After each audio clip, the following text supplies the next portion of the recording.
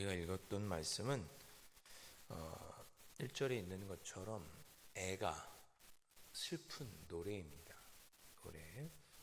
그러니까 우리가 노래를 작사를 하면 사실적으로 역사를 쓰는 것처럼 쓰지 않고 시적으로 쓰죠. 그러니까 오늘 방금 읽었던 19장은 시적으로 유다의 멸망을 쓴 그런 노래 가사가 되겠습니다. 그 가사의 의미가 담겨 있는 거죠.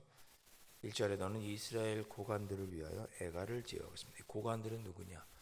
남유다의 마지막 왕이었던 시드기야와 그가 있을 당시에 함께했던 신하들 고관들을 의미합니다.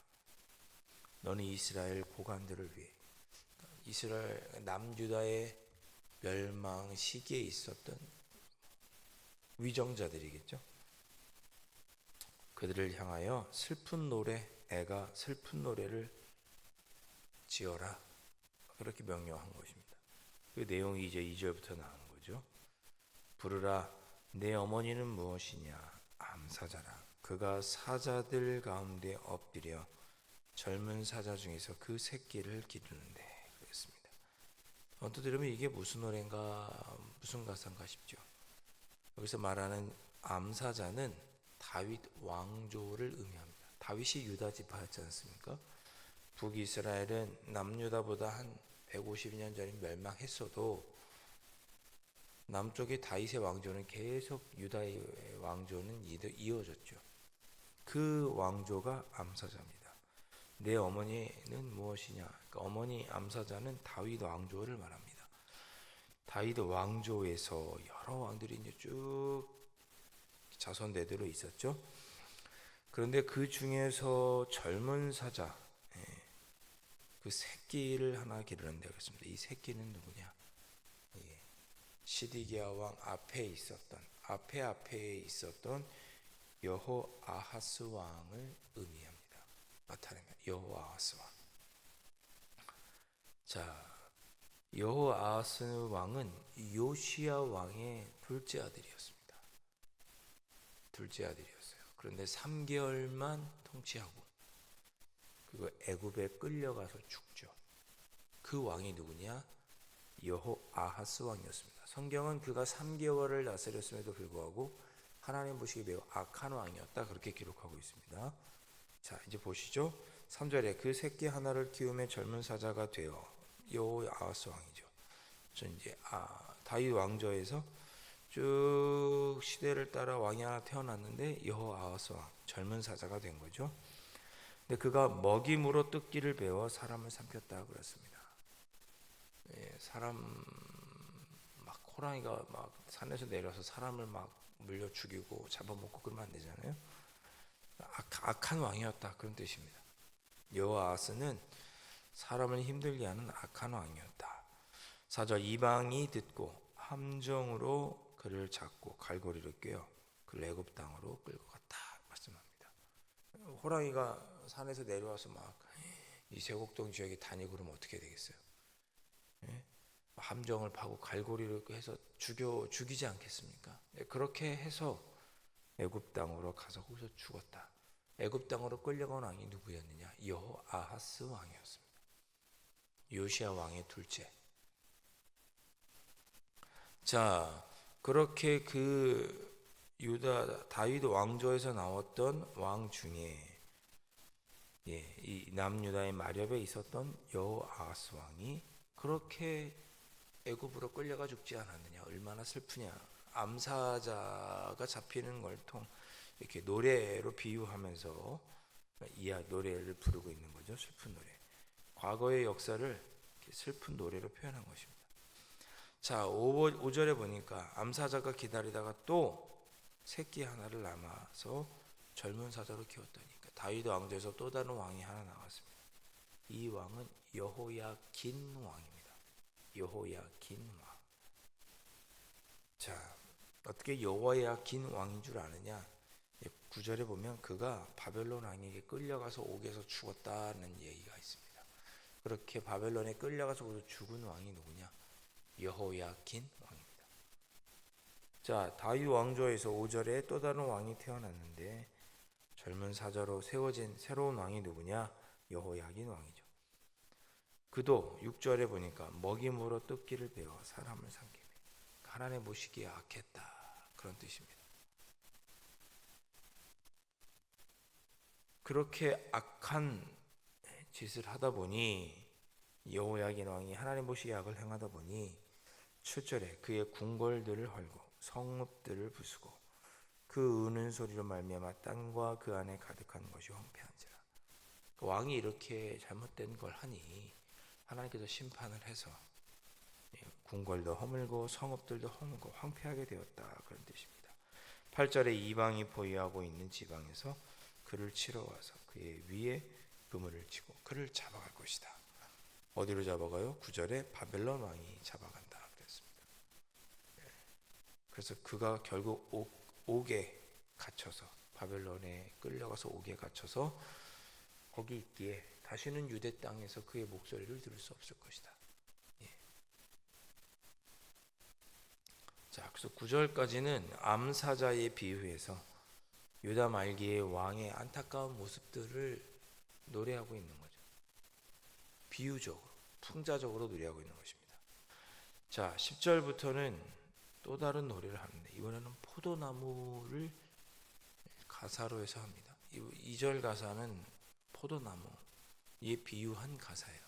유다 말기의 안타까운 모습을, 하나님의 심판의 모습을 또 이렇게 노래하고 있는 거죠. 10절에 내 피의 어머니는 물가에 심겨진 포도나무 같아서, 포도나무에 비유합니다. 물이 많음으로 열매가 많고 가지가 무성하며, 한때 유다 왕국이 잘 나갈 때는 잎이 무성하고 열매를 많이 맺고 가지도 무성했던 그런 왕조였죠. 다윗과 솔로몬 시대에 그러했습니다. 그런데 그 가지들은 강하여서, 11절에 그 가지들은 강하여 권세 잡은 자의 규가 될 만했습니다. 그때 다윗과 솔로몬 시대는 정말 권세가 있고 주변 나라들이 굽신굽신할 정도 능력이 있었죠. 그런데 그 하나의 키가 굵은 가지 가운데 그가 높고 많은 가지가 있었는데, 뛰어나 보였는데, 12절 그 중에 하나가 분노 중에 뽑혀서 땅에 던져짐을 당할 것이다. 다윗 왕조 중에 한 명이 뽑혀서 땅에 던져짐을 당할 것이다.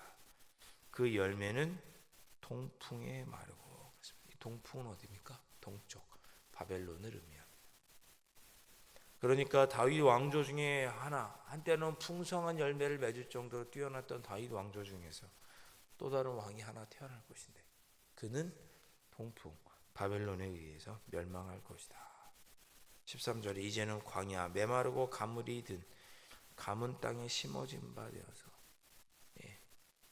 포도나무가 바짝 말라버린 그런 가뭄이 든 밭에 심어졌다 한들 제대로 열매를 맺을 수 있겠습니까? 가물었는데. 불이 그 가지 중 하나에서 나와 그 열매를 다 태우고, 강한 가지가 없도다, 이렇게 표현을 하면서 이런 노래를 지어 불러라 그랬습니다. 이 마지막 포도나무 심어진 가지는 누구냐? 유다의 마지막 왕 시드기야 왕을 의미합니다. 자, 그래서 오늘 19장 내용은 모두 다 유다의 지도자들에 대한 애가, 곧 유다의 역사에 대한 슬픈 애가입니다. 결론이 뭐예요? 너희들이 성전이 있고, 유다 예루살렘 안에 성전이 있지 않습니까?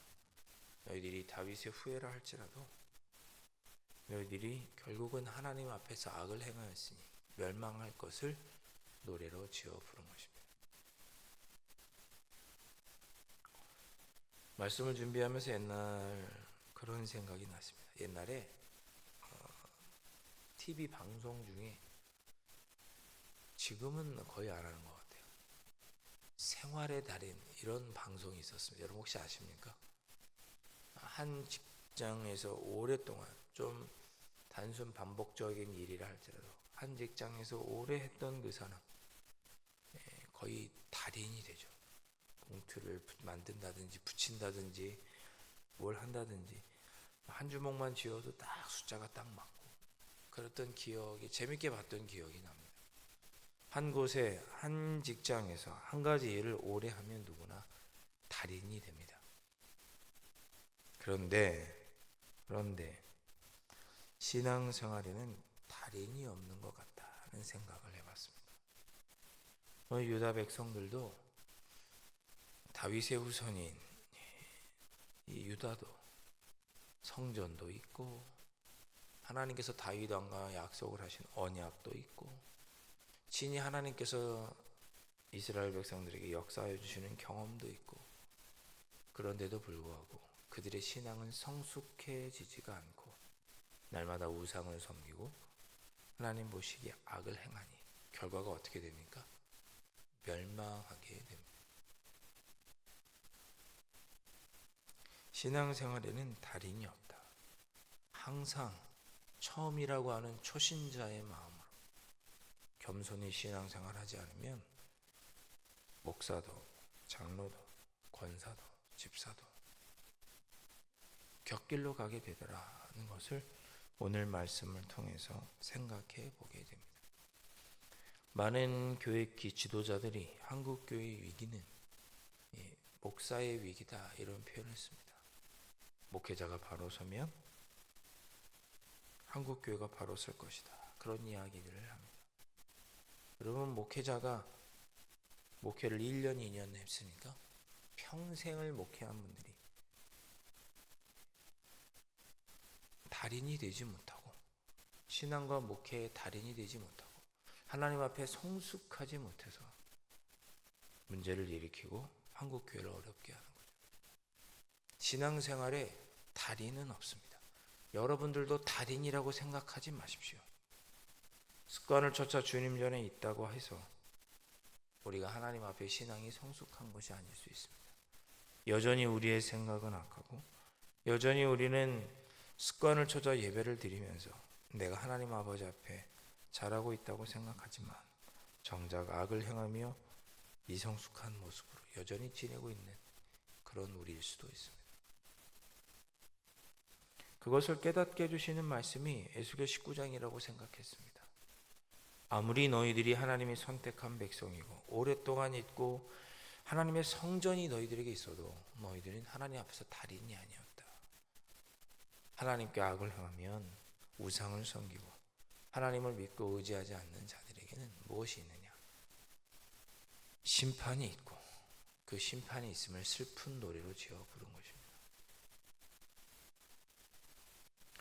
사랑하는 성도 여러분, 오늘 이 시간에 또 한 주간을 시작하시면서 기도하시면 좋겠습니다. 하나님, 제가 겸손히 하나님을 의지하고 하나님의 뜻을 찾고 그 뜻을 지키며 살아가기를 소망합니다. 도와주십시오. 나는 하기 연약하고 부족하니 하나님 도와주셔서 이번 한 주간도 하나님이 기뻐하시는 삶을 살게 해 주십시오. 하나님만 바라보지 않고 신앙의 본질을 잃어버릴 때 또 우리는 상처받고 힘들고 지치고 시험에 들고 그러는 것이 우리의 신앙생활 아닙니까? 제가 지난 주일에도 말씀을 드렸죠.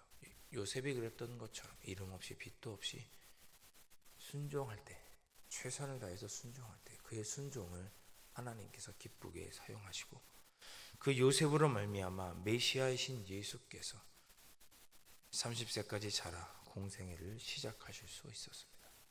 그러니 오늘 이 새벽에 하나님 한 주간도 겸손히 하나님만 의지하면서 믿음의 길을 이어가게 하시고 겸손히 하나님의 뜻에 순종하며 살아가는 이 한 주간이 될 수 있도록 성령 하나님 도와주옵소서. 이 새벽에 그렇게 기도하실 수 있기를 주님의 이름으로 축원드립니다. 기도하겠습니다. 하나님 아버지, 아무리 하나님께서 선택한 백성들, 유다 백성들, 이스라엘 백성들이라 할지라도 그들에게 성전이 있고 다윗이라고 하는 훌륭한 왕이 있었다 할지라도 그들이 하나님의 뜻을 쫓지 않고 우상을 섬기며 하나님을 멸시하고 그럴 때 하나님은 그들을 멸망하시고 심판하셨습니다. 아버지 하나님, 저희들 혹여 신앙생활을 오래 했다고 하여서 하나님께서 나를 내칠 일이 없을 것이다 라고 교만해하지 말고 늘 겸손한 마음으로 초심으로 돌아가 하나님만을 의지하고 하나님의 뜻을 간구하며 신실하게 하나님의 뜻을 쫓아 순종하며 살아가는 저희들이 되어서 하나님의 기쁨이 되고 은혜를 누리는 귀한 한 주간을 살아갈 수 있도록 성령 하나님 인도하여 주시옵소서. 귀하신 예수 그리스도의 이름으로 간절히 기도하옵나이다. 아멘. 하늘에 계신 우리 아버지, 아버지의 이름을 거룩하게 하시며 아버지의 나라가 오게 하시며 아버지의 뜻이 하늘에서와 같이 땅에서도 이루어지게 하소서. 오늘 우리에게 일용할 양식을 주시고 우리가 우리에게 잘못한 사람을 용서하여 준 것 같이 우리 죄를 용서하여 주시고 우리를 시험에 빠지지 않게 하시고 악에서 구하소서. 나라와 권능과 영광이 영원히 아버지의 것입니다. 아멘.